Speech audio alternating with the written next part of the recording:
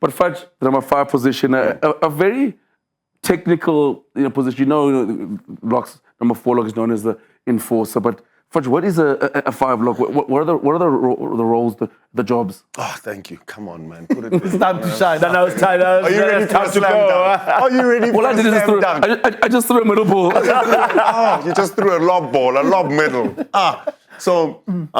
Yeah, thank you for that question. Beautiful question. I don't think a lot of people understand, actually, how complex the 5 lock position is, right? And without getting too technical, let me just summarize it nicely for you. You'll hear shortly, universal soldier. You get what I'm saying? You're going to hear that very soon.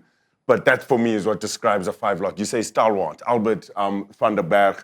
I think I played against him with Franco Mostert, obviously with Victor Matfield, and I think I played against Albert van der Berg, but I'm not sure. But we had to study him, and we had to study a lot of different locks. And the duty of a lock, you control the lineouts, the set piece. You are actually at the nucleus of the set piece. Sure. Because every front row will tell you, you need to have your locks. Not necessarily in size, but you need to have them there. No matter how tired you are, no matter if you hit 10 rucks, you need to make sure that you're wearing your 21-inch studs, which I hated wearing those things, but I was forced to.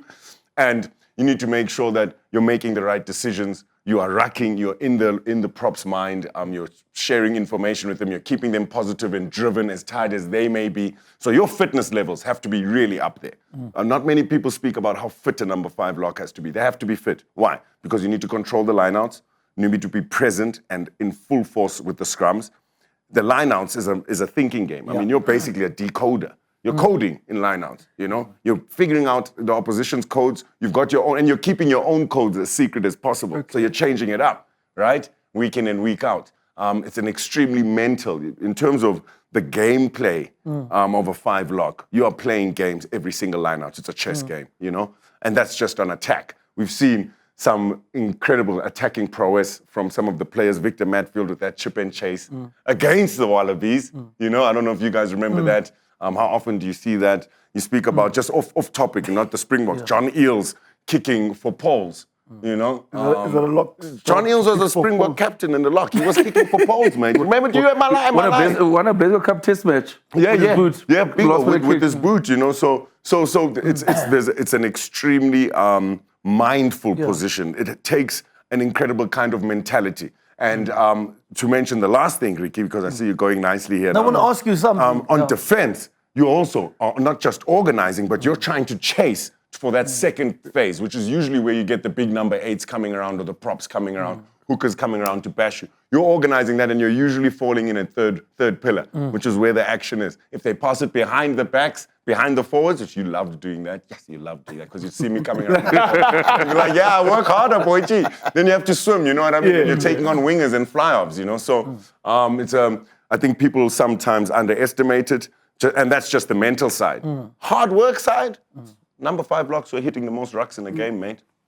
You're right? So we are cleaning the ball, putting it on a silver platter for the scrum halves. And that just sort of rounds it off. High fitness levels, an incredible mindset, not just in terms of violent or not violent, but just trying to picture the picture and sort of anticipate the pictures that are gonna be shown to you and make decisions and problem solve on the spot. And then also you have to dig deep and go to dark places because you're hitting rucks left, right, and center. So that's a little bite for you there. Yeah, and I've always been fascinated about the locks, how they spend so much time in front of the laptop. They are studying. That's always been with the different locks that I've played with in my day. Is you see them sitting there, really studying the opposition, studying the lineup, the movement of the opposition, and in general play as well. So that's one thing I think they're really intelligent rugby players, I must say. Because 5 lock is tough. I mean, Fudge gave us a lesson there. No, in-depth analysis. In-depth coaching. Yes. Thesis. Yes. Like that's the one where 7 years. We're going to clip it and then we're going to put it out for people like to explain in prize what a 5 lock is. World Rugby might even use that. There might be. I think Because I even left things out. Well, hold on. You know, there's a skill level as well. I think the one thing you left out is the kicking. Apparently, the kick for poles. Taking chip restarts, kicks. one of the hardest skills to perfect. Taking a restart, you know what I mean? Yes, Taking yes. a line out like a water polo player. Listen, skill levels have to be extremely high as well. The thing is about playing 5 lock, having been in force, I've called lineouts before. The most important thing for me when calling a lineouts is it's not about what the opposition is doing, is which of these lineouts am I calling for myself?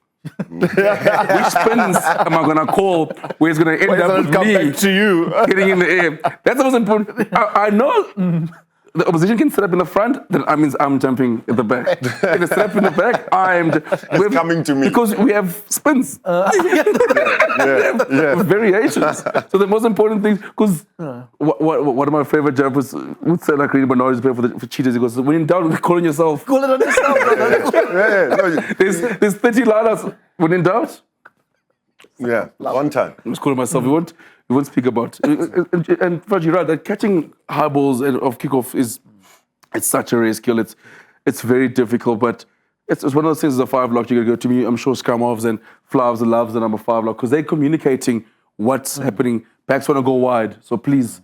Can I get a back ball because Ricky wants it on the run? Yeah, he wants it on the trot. On the trot, or sometimes with Ricky, like sometimes he wants in the front to show the pass, show the distance of if needs be. And beware that ball comes there. I'll throw that ball back to you. Try again. That's the worst thing.